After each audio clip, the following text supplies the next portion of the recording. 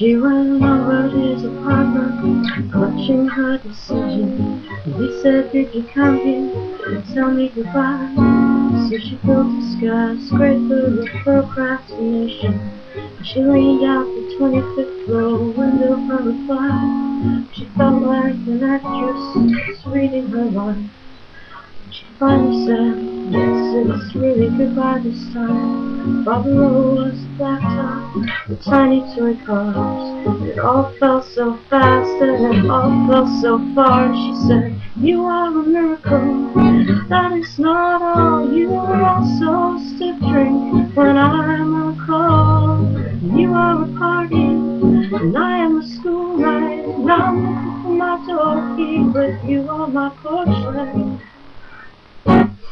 You'll never know, dear, just how much I loved you. You probably think this was just my big excuse, but I stand committed to love came for you. The fact that I adore you is just one of my truths, you know.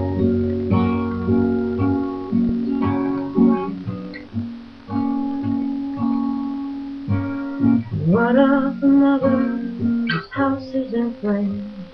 Both of her children are in their beds crying, and she loves them both with the whole of her heart. She knows she can only carry one at a time.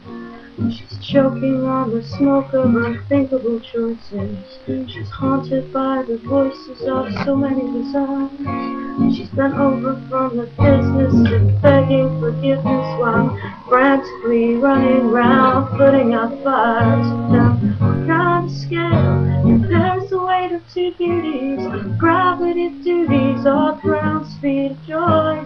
Tell me what kind of gauge can quantify elation? What kind of equation could I possibly employ? You'll never know, dear, just how much I loved you. Probably think this was just my big excuse, but I stand committed to love that came for you. The fact that I adore you is just one of my truths. Now I'm going home to breathe the one hour so long.